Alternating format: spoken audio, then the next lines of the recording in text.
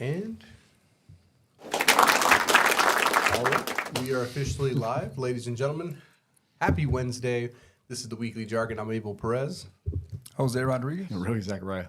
And gentlemen, Memorial Day weekend has just passed. Yeah. So, obviously we want to send our gratitude to all of those who paid the ultimate sacrifice for our country, and of course their families. Our hearts and prayers with all of you. But gentlemen, you had a 3-day weekend. Did you take advantage of the extra sleep that you had the opportunity to get, or did you go hard and get an extra workout in? Well, in my case, Friday afternoon, I think you started that Memorial Day weekend.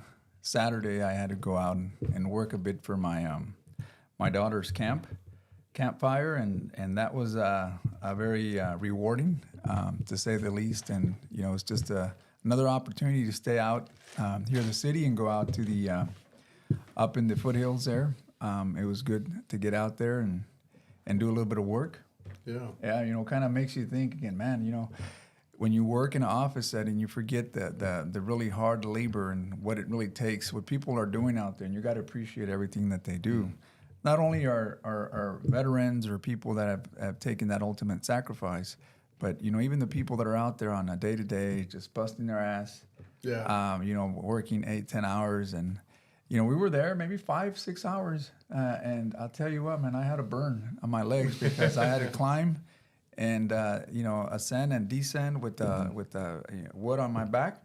But I really appreciated, gave me a sense of appreciation for those that are out there working. But that was my Saturday. Over the weekend, of course, I played some golf. And yesterday, Monday, I was able to work on my home a little bit there. Okay. Yeah. How about yourself, Ron? The weekend we usually spend tending to the yard and the little farm that we got going in the backyard. Okay. And then Monday I did what most people don't do, which is go to work because everybody wants their guns and had to be there for their pickup. But it was still nice. It was nice to we stay home. We don't like to go out too much. So there's no like on a federal holiday, is it at the discretion of a gun shop to be open or not? Or? So I'm one of the crazy guys to be open on a Monday. Most gun shops traditionally are not even open on Monday. So I was thinking because I know that there's like your grace period, right? So do those holidays? It doesn't matter. It doesn't matter. The system runs 24 hours a day. So yeah. So I thought it was with us with lending, we can't wire. We couldn't send any wires yesterday, because the feds shut down. Yeah. So when you're purchasing a gun, I think to Abel's point is when they say you have to wait 10 business days. It's 10 days it's by the second. It's 10 weekends days. count. Everything counts. Everything counts. Yeah. Holidays and all. Yep. Daylight savings, all that stuff. All that. Okay.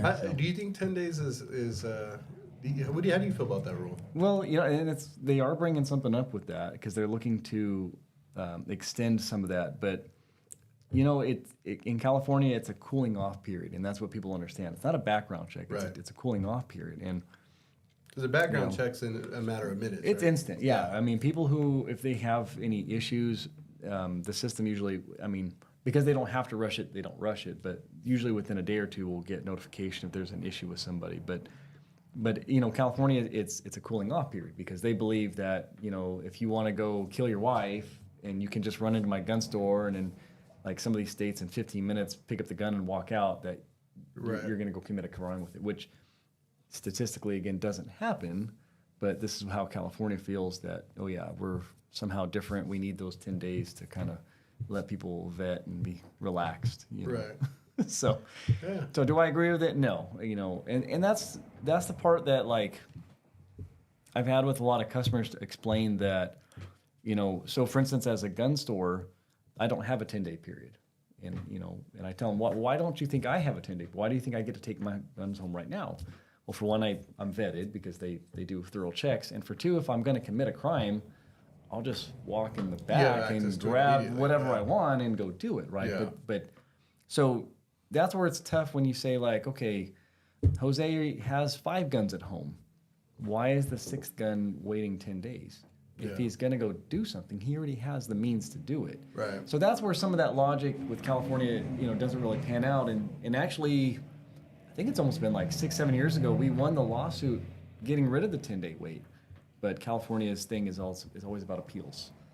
So, even though it makes sense. So, Rohi, to Abel's question, you open on Monday. Did you have the activity? Did you still have No, the? I mean, it's gun people are funny. They call me Friday. They were messaging me over the through like our Google Messenger. Hey, you gonna be open Monday? You gonna be open Monday? So I thought, yeah, man, I got to be open. All these guys are gonna show up, and we opened, and it was like crickets. It's like 5 people came in.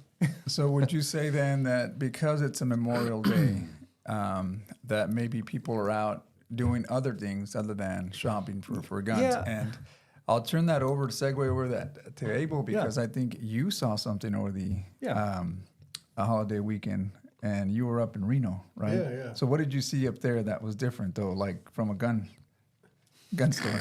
From a gun store? Meaning like activity wise, right? Yeah. Well, I actually, I saw a lot of people out there, and that's, obviously they have one of the biggest, well, not obviously, but just so they have one of the biggest youth basketball tournaments in the entire region.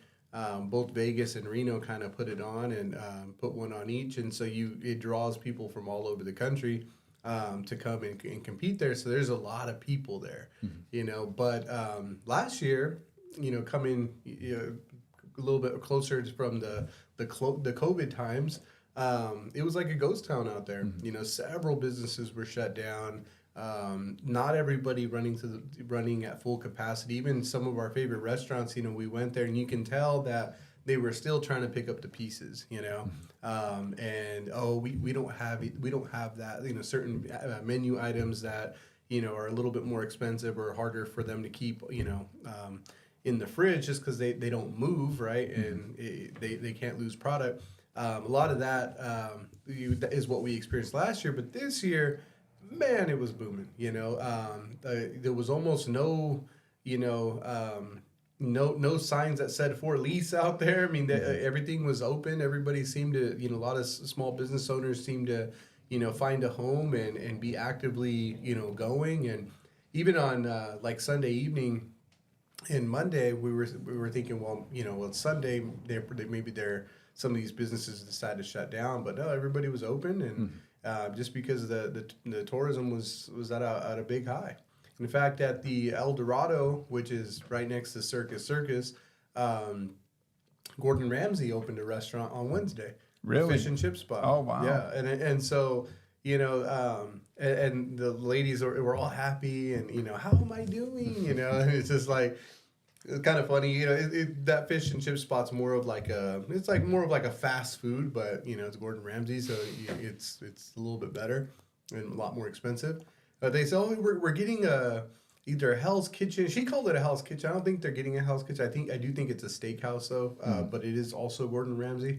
So with the and just that name alone right there with those type of amenities, it certainly seemed to cause a lot of buzz and a lot of people were really excited about it, right? So I think it's interesting because obviously we keep a close eye on the economy.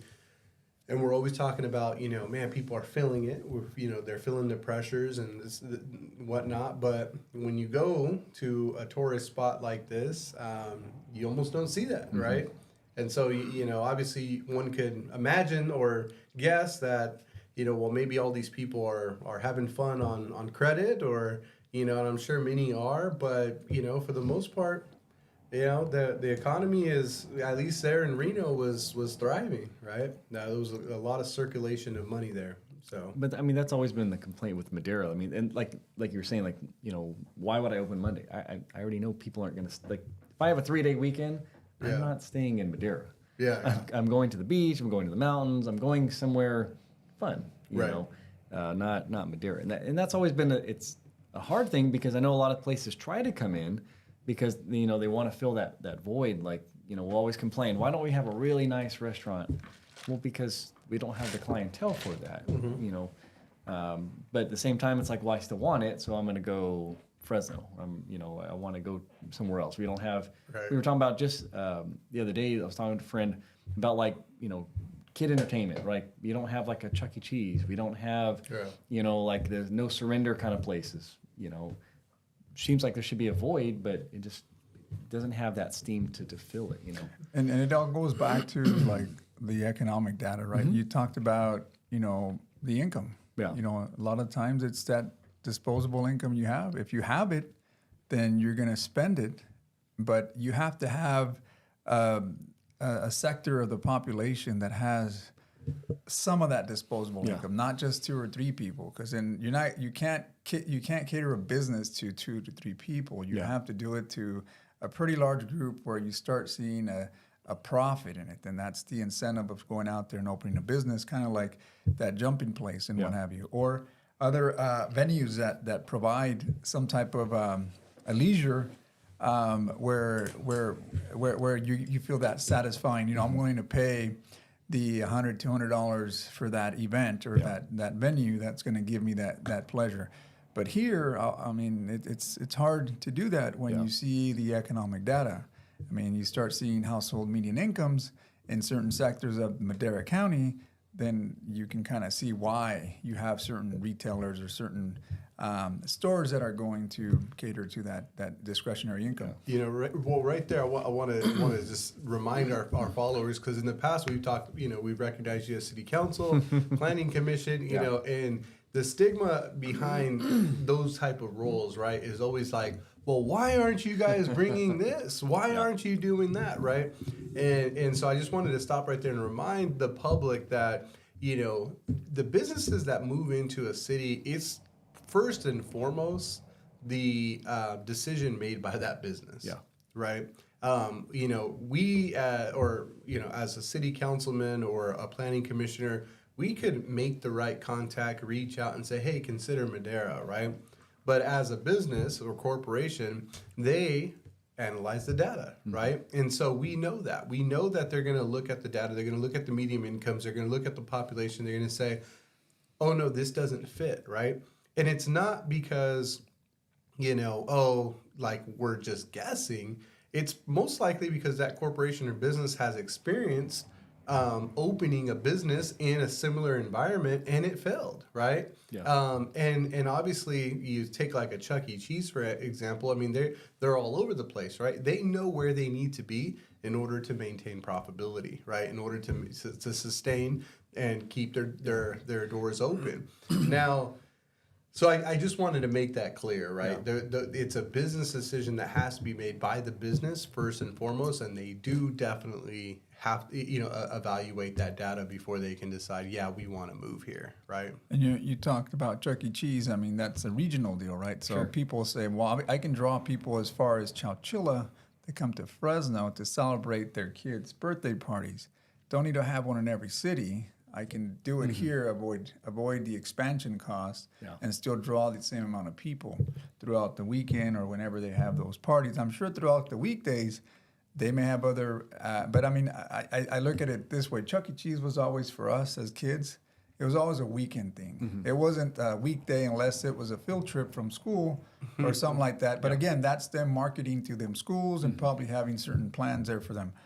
But when I look at the disposable income, I start thinking, what kind of businesses thrive in Madera, right? What is it that thrives? Well, you start seeing more of these taco trucks that pop up. It's because it's catering to a population that not only favors real fast, Mexican food, but it's convenient food. It's food that I can get right off the street.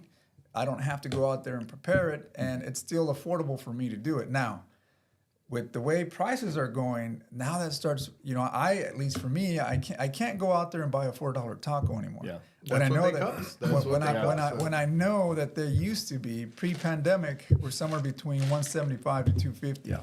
And that was affordable for me. I could say, you know what, I can do that. I can buy 4 tacos, okay, it's $10.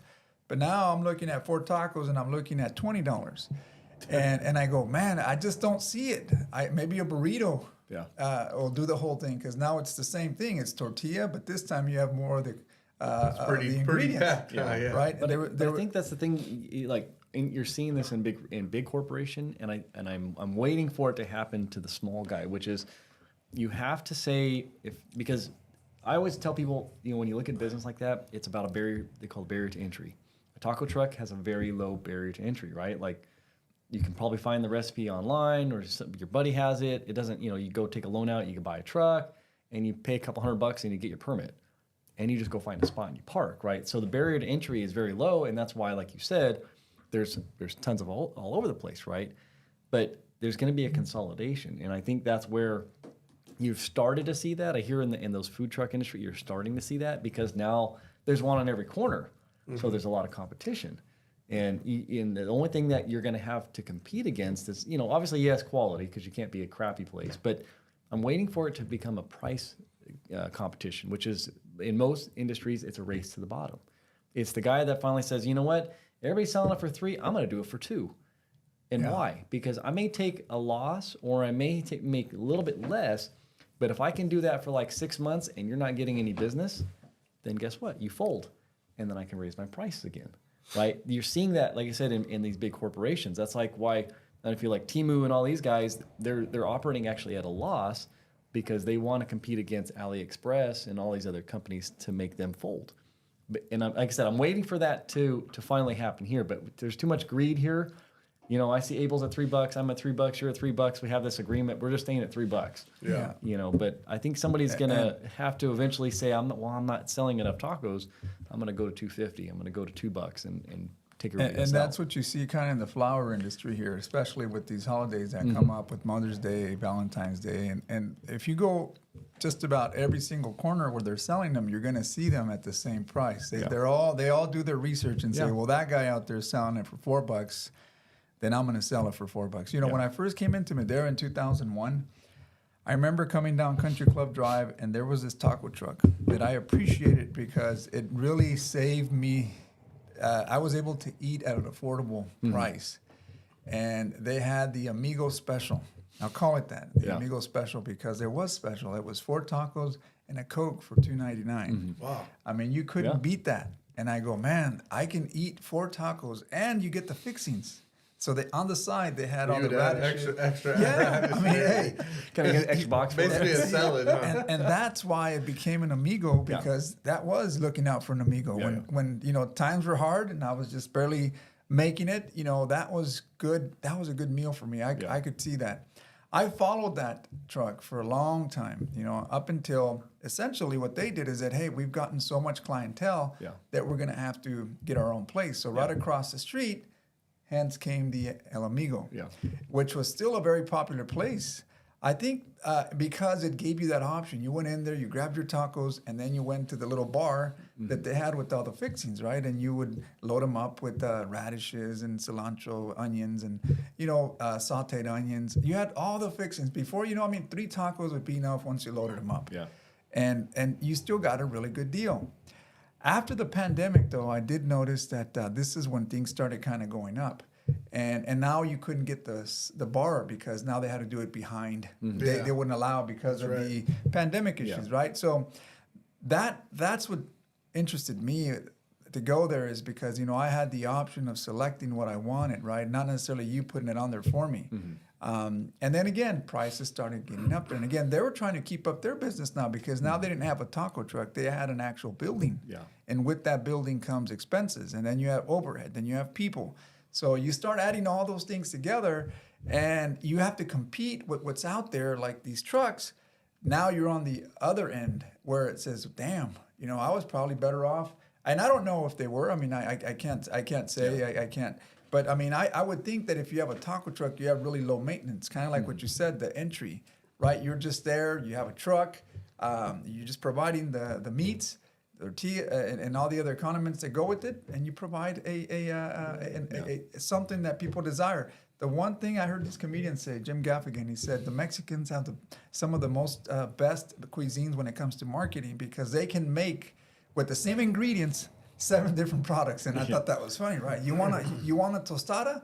It's a tortilla with the ingredients, cheese, and all that stuff. You want a burrito? It's a tortilla. But they tacos no different, right? Enchiladas no different. So you can say there's like 4 or 5, they're like 5 different types of menus with the same ingredients. But it caters to somebody's appetite, right?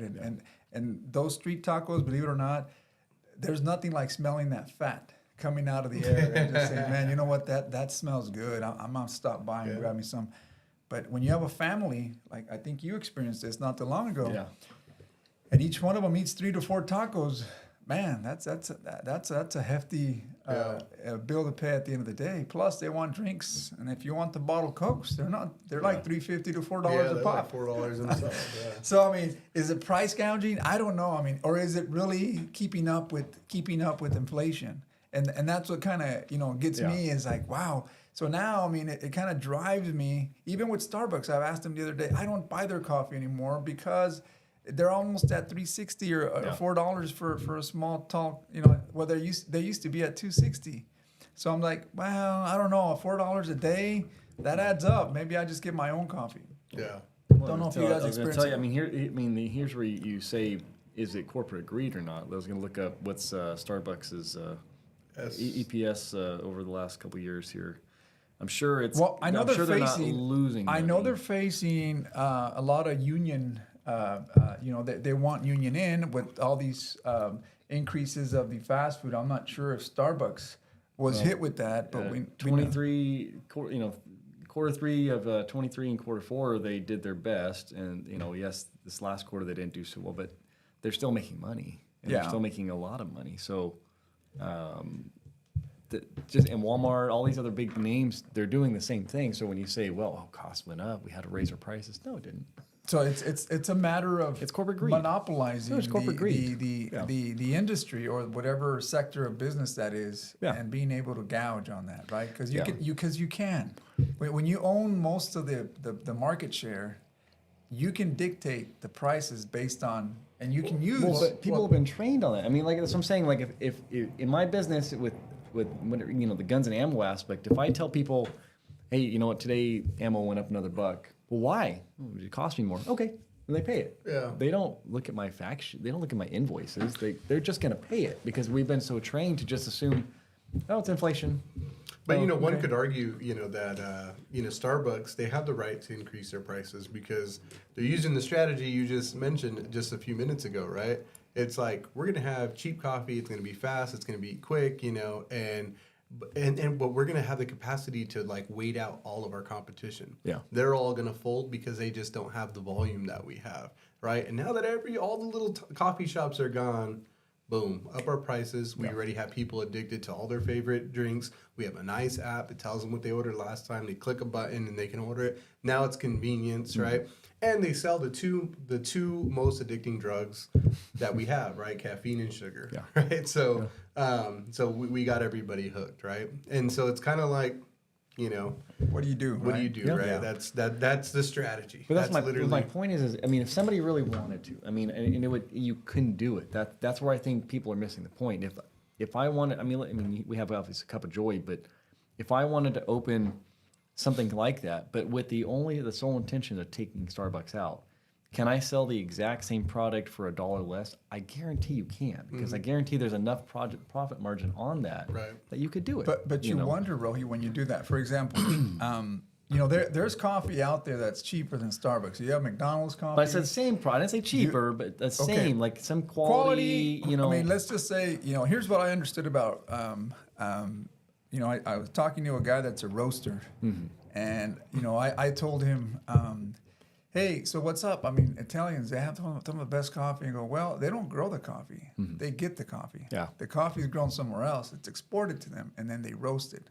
So they're roasting, coffee. And that's what it comes down to. And I don't know if Starbucks does the same thing. I don't know if they have their own cultivating or they buy the coffee somewhere, but they roast it a certain way, right? So it comes down to the roast.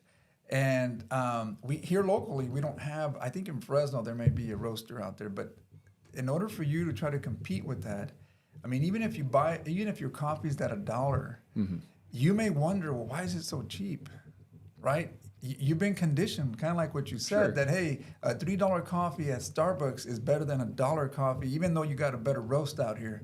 I like that $3 coffee because it gives me a sense of what I've been accustomed to, the flavor, the ambience when I walk in. It's just I'm a Starbucks person. I wear Dolce Gabbana. I wear Gucci or something like that, right? There's a But you say it's that, an but image. but there's Look, for me, it's just black coffee. I have a donut. Is it a donut shop blend? And that's probably 50 cents a cup. But I can enjoy a cup of coffee knowing that it's coffee and not have to be Starbucks. But when you go to Starbucks, you get this sense of like, I just paid a $3 coffee. It does feel better. Yeah. We are conditioned that way. And I'll say like, I love diner coffee. When the nice big ceramic mug, and it tastes really good. You know, but it is unattractive when you look at the pot that they go grab that from. Right, it's all burnt, and here you go. Seasoned. Hon. It's called seasoned.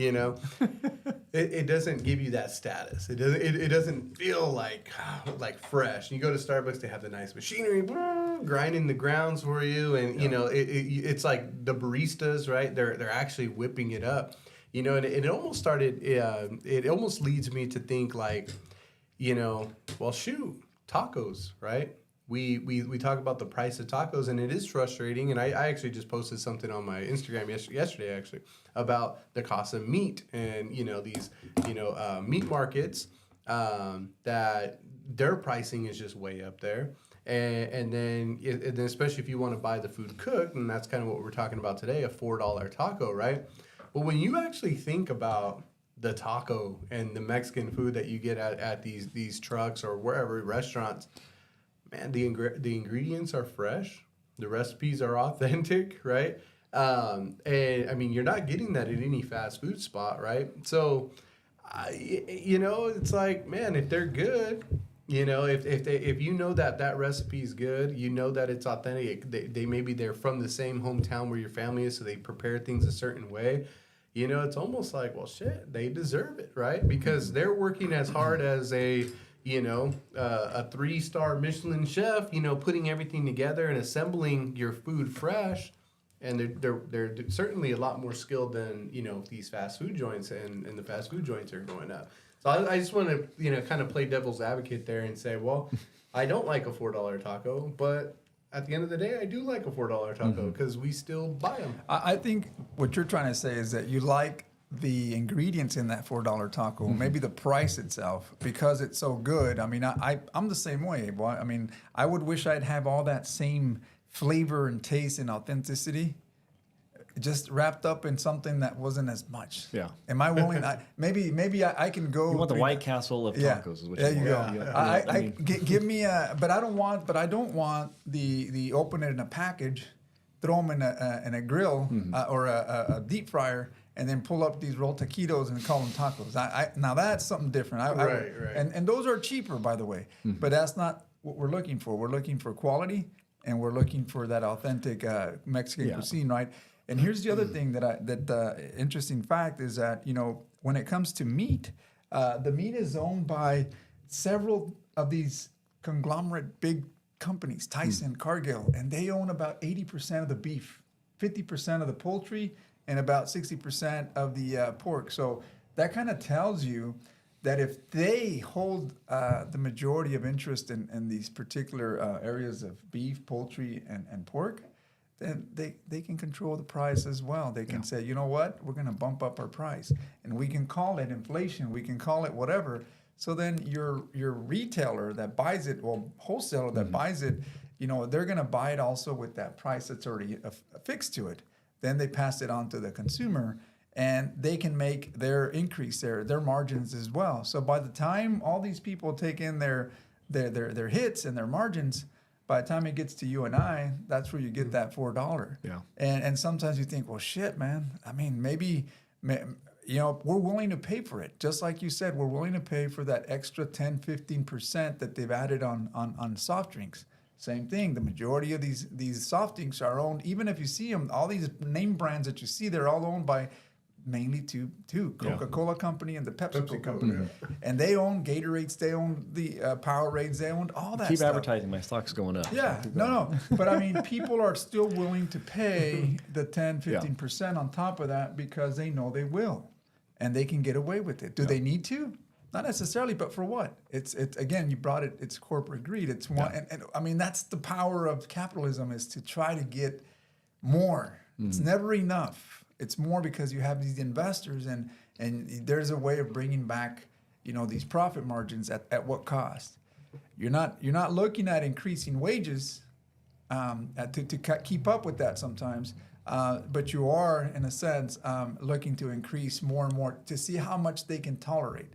And that's the one thing I don't really agree with is how much you're willing to tolerate the average person. Now, your average person that's kind of even the middle class, you're pretty much eroding that in middle class because you're reaching these levels of like, they can tolerate another $2 more. They can tolerate a bit more. They can tolerate a bit more. They can so we were talking about this with my dad the other day. So he was talking about like the diamond industry, and how there's a little bit of warfare going on right now because they're doing these synthetic diamonds, and the company that is competing with them basically kept dropping the price to basically run them out, and they're going so low at this point they're almost like giving the diamond away because they know that the other person can't do that. Their costs and their overhead, and again, like you said, their self-value says they can't take a $4,000 diamond and now sell it for $10 because $10 must be cheap and crappy, right? But that's what I'm trying to tell you, that this is going on in certain industries,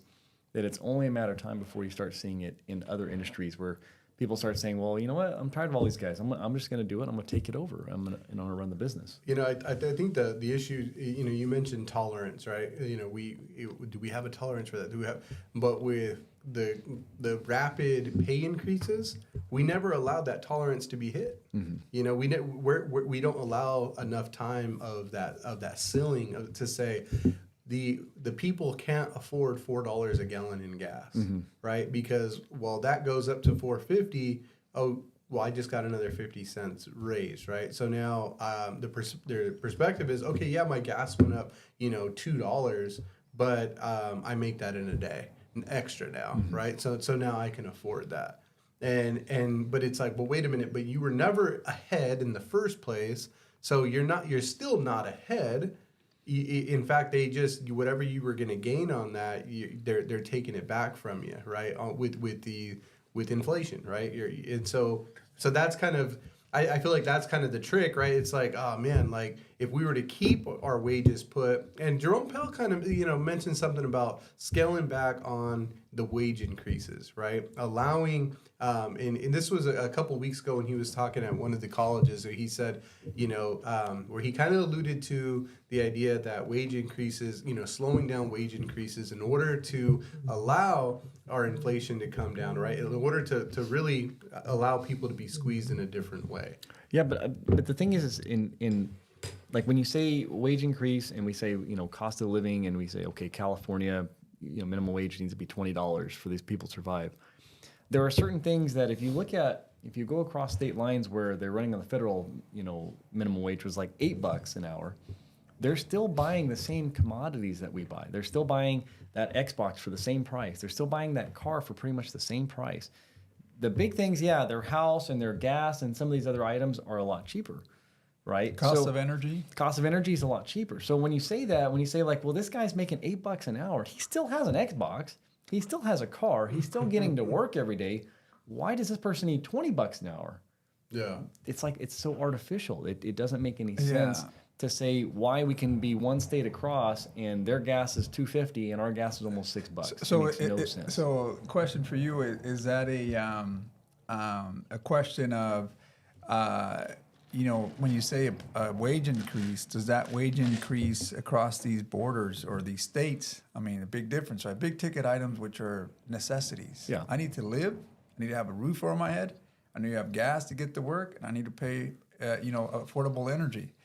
You could imagine if you transfer those costs of what it costs here out to that state, there'd be no other recipe but to increase those wages to keep up with that. So what are we doing here differently? And I know it comes down to, well, California is very liberal. They want to have these wage, but I mean, what is an affordable wage? I mean, I look at the prevailing wage, for example. The word prevailing, that's an affordable. That's in order for me or someone within that same that's receiving that can have an affordable wage to be able to make it happen. So if you're looking at $30 to $40 an hour, I mean, It's, does it's that give you that disposable income? But it's the design of the program, and that's why it's not that somebody can't earn $20 an hour. It's the design of the program should be you get out of high school, you either go to school or you get a job. The job you're going to get out of high school with no training is going to be that minimum wage job. That's what minimum wage is. So it's not for you to work a minimum wage job now for the next 30 years and say, well, I want to buy a $300,000 house, but I can't afford it on my minimum wage job. Well, you shouldn't have been stuck at that minimum wage job. The thing should have been, well, I need to make more money, so I'm going to make either school or somehow improve myself to get the next job that's going to pay me that $20 an hour, and not say, well, I'm staying here and this is where you're going to make my living. So, question for you. So, I mean, I get that. Let me use another analogy Yeah. there. So, what about the folks that have no resources that can expand to these bigger jobs? For example, Of course there is. There's tons of resources. Hold on. I mean, I know. I mean, I'm not just saying the fast food, but let's look back at the coal, but I mean, at anybody. the coal industry when Yeah. people were coal miners, right? I mean, there wasn't really much in these towns that was able to provide them with those opportunities. But coal Sure. mining gave them a fair amount of money so that they can keep up, a good standard of living. So I mean, obviously, it comes with there's health issues, right? But Yeah. they knew that this is a way to keep a family. So I mean, people that work in these industries, some just that's where they're at. They plateau Sure. there.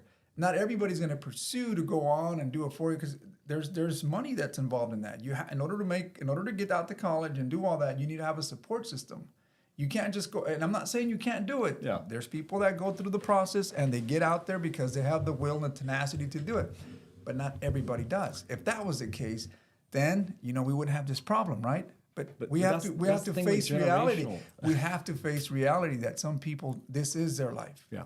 So I mean, what do you do with them? Do you Well, put them in I would argue that California's accessibility is why our pricing is so high, because we have an abundance of accessibility. Mm-hmm. Now, you go down to the South, Midwest, everything's spread out. To your point, you got your coal mines, things like that. Well, that's why pricing is stagnant, because you don't have these huge jumps, right? Here in Madera, you have people who are commuting from all over the place, right? And to Fresno, Clovis, Modesto, even at Los Angeles or the Bay Area, as electricians, and they're making the wages that you would make out in there, and they're commuting because we have a pretty good freeway system, and you can get to and from within just a few hours, and they'll work during the week and come back home, right? Their families are here. So I don't think you necessarily need to have like the big jobs right here 5 miles away from where you live. People are finding a way, right? But because of that, because you have, I see this in Los Banos, residents of Los Banos all the time, because there it's almost probably, I would argue that 80% of the residents, work elsewhere, right? 80% of homeowners, I should say, right? The people who could afford that economy, the homes in that economy right there, are working over the hill, and so you work there, you sleep in Los Banos. It's a bedroom community, right? And so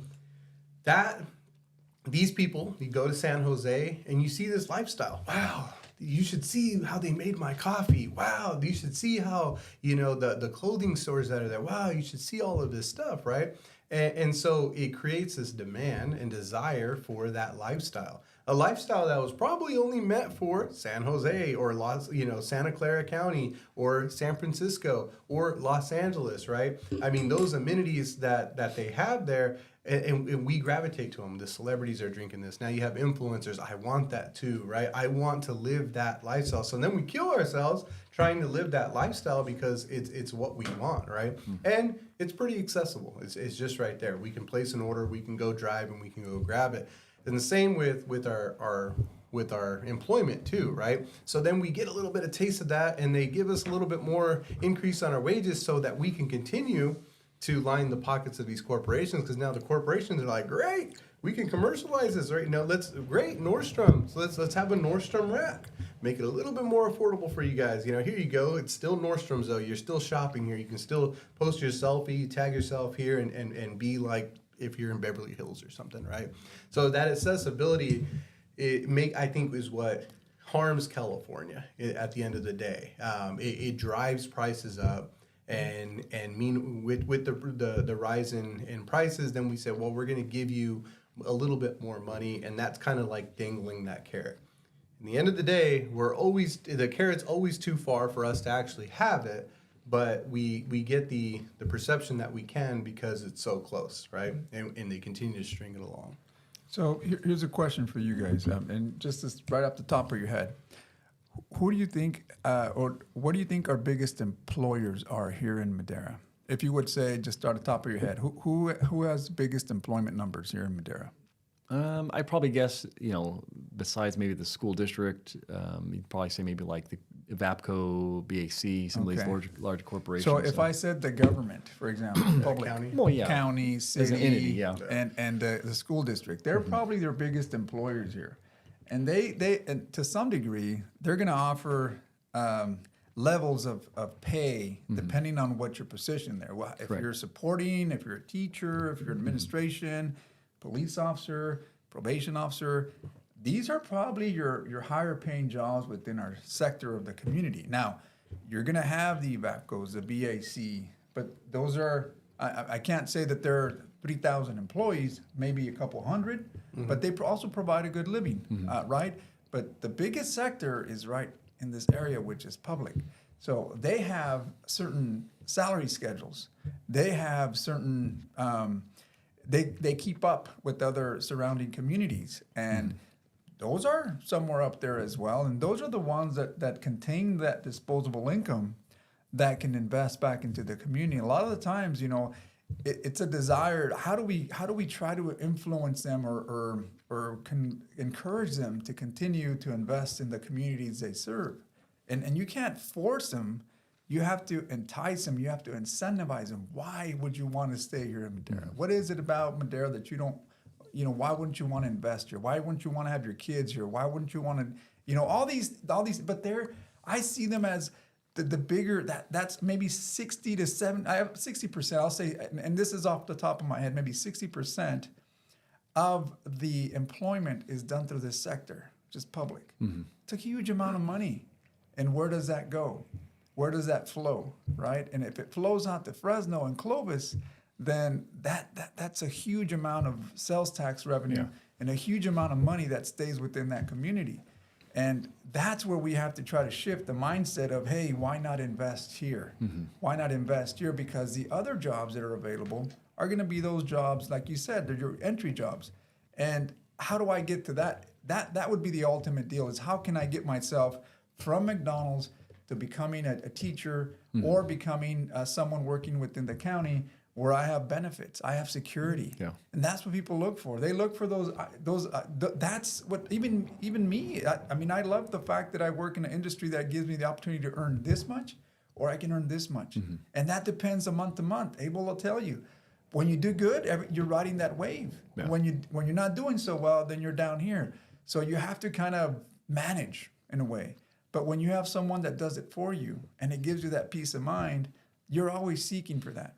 And those that don't have that, then they're left with whatever's out there. Who's speaking up for me, right? And then you see this happen in our industry with the fast food is who's speaking up for them? Can they afford a home? They're not the ones coming to me asking to get a home, because that $20 an hour, you're way at the bottom unless you have some subsidy or some other down payment, or you have 3 or 4 other people with the same income. Then I can put you in a home. But it's difficult. That's called encouragement. That's supposed to be called incentive. It's why I get it. It's supposed to incentivize you to not want to stay there. I get that, but not everybody has that supporting cast. Then that's the repercussions. Okay, That's what I'm trying to say. Like, I'm not saying you have to. If somebody wants to I'm not saying work you have to give them 20 anything, hours a Roy, week and be minimal and kind of call off 3 times. But you have to see that you know? the demand out here drives the prices, so it makes it unaffordable for these folks. So you can't just say, well, you know what? Tough love. Go public housing. Go here. What do you do for that sector, which is a pretty big sector? That's why Madera, in a sense, they say, well, the demographics of the census tracts show that you're in a disadvantaged communities. Yeah. So how do you push them to jump up there and try to get those jobs? Are they jobs for them? Are these job securities for them? Being that I'm in that sector, it's understanding, and that's why it's frustrating when I hear people talk about school, and they're going to school, and they've been going to school for the last 20 years they worked for me, is because if it's not school, school's great, but most jobs are going to hire you based off an experience and a track record, which just means good. Go to McDonald's, work your best, don't call off, like be a good employee, work there for a couple years, and try to move up, become a shift manager, right? This way, like if that's where you want to be, is food sector. You want to stay in food sector, whatever. But at least you're getting something under your belt. That's how things work. Not go and say like, well, I've been making minimum wage, running a cashier. I want to go be in charge of the government center. What experience do you have? Nothing. You're not going to get the job. You have to show that you can do it. And that's what I'm saying is like, but to go back and say, well, guess what? Jim over here, he's a terrible employee. He's making minimum wage, and he can barely afford a 10-year-old car and get to work. That's his fault. I'm sorry. If he's a crappy employee and has no motivation to go anywhere, why is my burger costing $10 now? That doesn't make any sense. And that's this thing is that you chase that cost. But I think it's easier said than done, unless you're in their shoes. But I'm saying if my cost goes up, I'm going to trickle it down to the next person. And then again, it's understanding that we're riding this wave of hyperinflation, of saying that like, okay, he's getting $20. Well, I have to pay this guy $20 and I have to pay this guy $20. Well, guess what? Now your hamburger went from $5 to $10. You're back to where you can't afford it anymore. Yeah, no. And when I see these economies, like I said, they're regional in their pockets. It's kind of like the globalization of everything. Now you have a freedom of you can trade wherever you want. You can trade in Clovis, you can trade in San Jose, but if the money's pouring into this community, then why not invest it back into your community? You can create these jobs. Yeah. You can create this disposable income instead of scarcity. But it has to be cheap labor. That's the thing. Everything is based off cheap labor. That's why we had the word slavery, because it was cheap labor. Well, again, you have to have it. That's what you're calling these guys. Yeah, they're essentially the cheapest labor. If I'm making, Rohi, $80,000, and my wife makes another $80,000, and now we have this disposable income, the question that people ask themselves is, do I want to invest it back in here? Or do I want to invest it somewhere else where the values and my culture and the people that I want to be around with are, or am I going to invest it here where, again, I just don't want to invest it here because I don't have a desire to leave my money here. Those are the questions that people don't ask themselves because they have the flexibility. They have the options. There's options out there. They're not reinvesting back here. And not to say that everybody, I'm just saying for the most part, when you have that disposable income, you have options. But at the same time, if more people had less disposable income, you wouldn't have a $3 taco. You would have a $1.50 taco. You don't see that here. There's a lot of people with less disposable income, and you still see them at $4. That's what I'm saying is, and because I've told people this with my business when they were like, well, when is ammo going to go back down? When you stop buying it. That's when it's going to go back down, because like we said, marketing, they're still making it, right? And they're going, well, we're still selling it, so let's keep it the same price. I just don't think ammo is a necessity. Everybody kind of said, well, I'm just saying it's a commodity that people are still buying. So if people were to say, I have less money, I can't buy tacos at $4, so I'm going to make my food at home, well, something's going to have to happen. And that's what I'm telling you. I think we're on the cusp of that, of saying people are going to start slowing down some of that spending because the cost of living is getting too fast, that I'm not going to buy tacos like I used to every day at lunch. I'm going to buy it twice a week. Well, you better incentivize me to come back, which is, are you giving me a deal, a coupon? Are you lowering your prices? If not, you might be selling no tacos and going out of business. What I hear, like, so Jose, I think you're talking about two different classes of people, right? Your middle class, who are the people that are going to have disposable income, right? The two $80,000 salaries, right? But when we compare that to your $20 minimum wage, or a $20 minimum wage at part-time work at fast food, that's your poverty line, right? Yeah. Those are your individuals in poverty, and so the people with disposable income, reinvesting back into their economy, right? Those are your taco trucks. Those are your mobile bars. Those are the people who are making dual salaries at $80,000. They're saying, hey, we have a little bit extra cash. Let's do this, right? Let's sell let's sell micheladas at parties, right? And so then they're making a little bit more money, right? And then they're taking themselves up from lower middle class to maybe upper middle class, right? And they're advancing themselves. They're still working for that. And even your higher class people, at some point they were those individuals, and they moved themselves down that line, right? In either case, the consumer is always going to be your people in poverty, right? And so I don't necessarily agree where it's like, if we were to do that, or if we were to see more of that, then our people who are in poverty are going to be enriched somehow. In fact, they're just going to continue to be the consumer. Right, and they're going to continue to be, where they're at, and in fact, they're going to continue to get further away from affordability, because as middle class continues to grow, and separates them, utilizing their disposable income to make more income, that's where we have inflation. That's where the prices continue to go up, and they continue to get further from it. Right, so I feel like that separation, like I say now, like I wouldn't consider myself, high middle class, anything like that. But man, some people who are buying homes today, they're buying it for the same cost that I bought my house, just 6-7 years ago. But their mortgages are twice as much as mine. Right. And so even if we're making the same amount of income, their expenses are twice as much as mine. Right. And so now I have more disposable income than them, and my house is twice as big as theirs. Right. So that gap is harder to fill. It's harder for those individuals to catch up.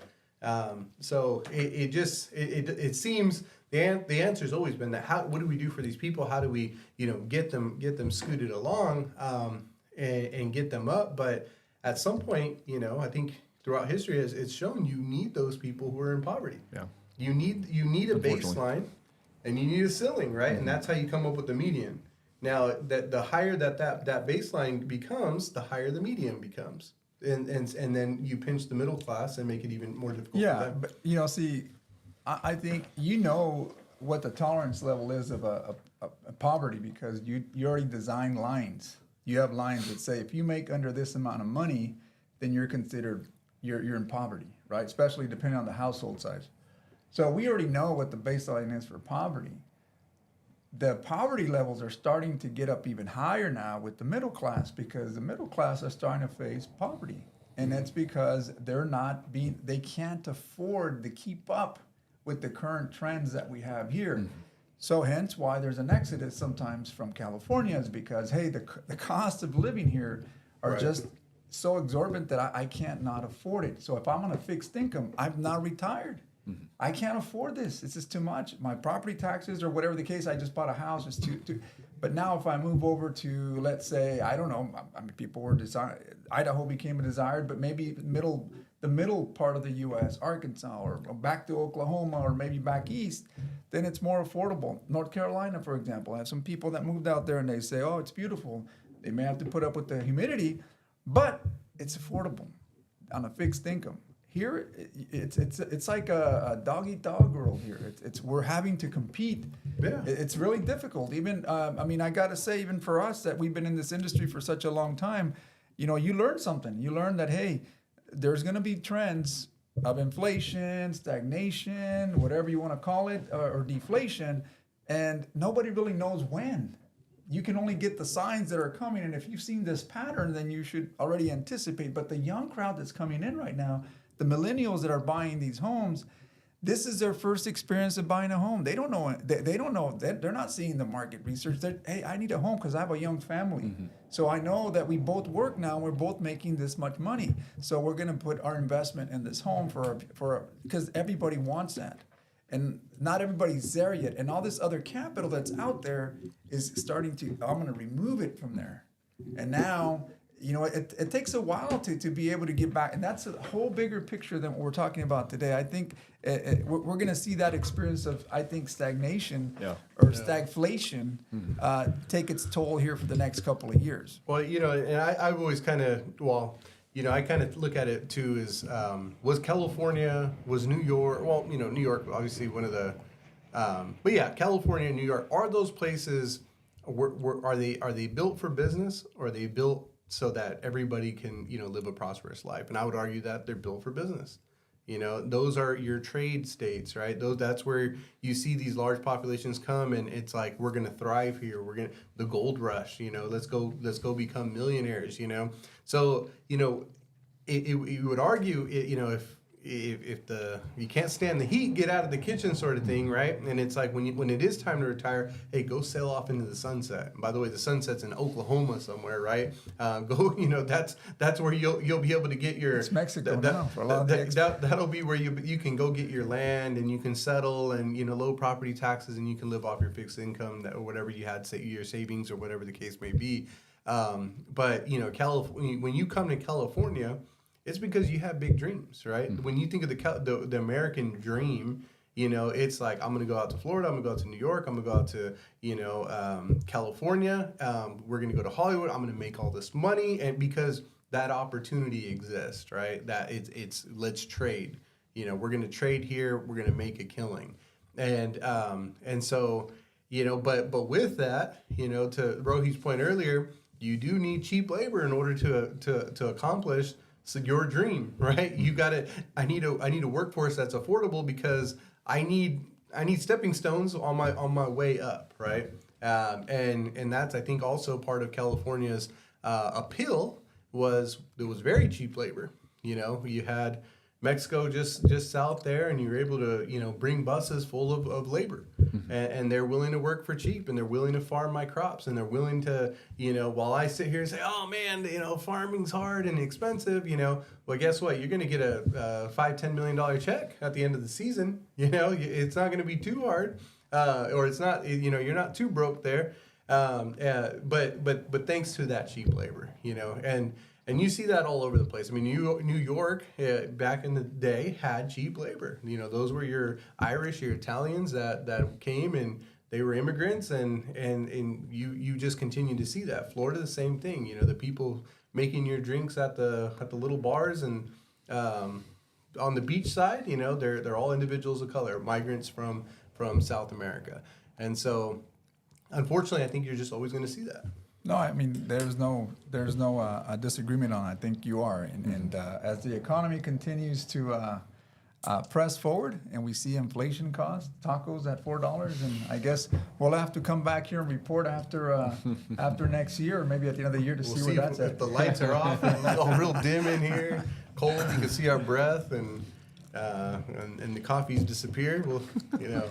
Well, let us know your guys' thoughts. Obviously, you know, anytime we're talking about the economy and, you know, some of the topics that we touched today, it can cause different loopholes or different types of reactions or thoughts. And so we want to hear yours. Drop some comments there. Leave us a like. Share this video, because your friend or family member might have something good to say as well. That's all I have, fellas. All right. Look forward to seeing you next week. All right.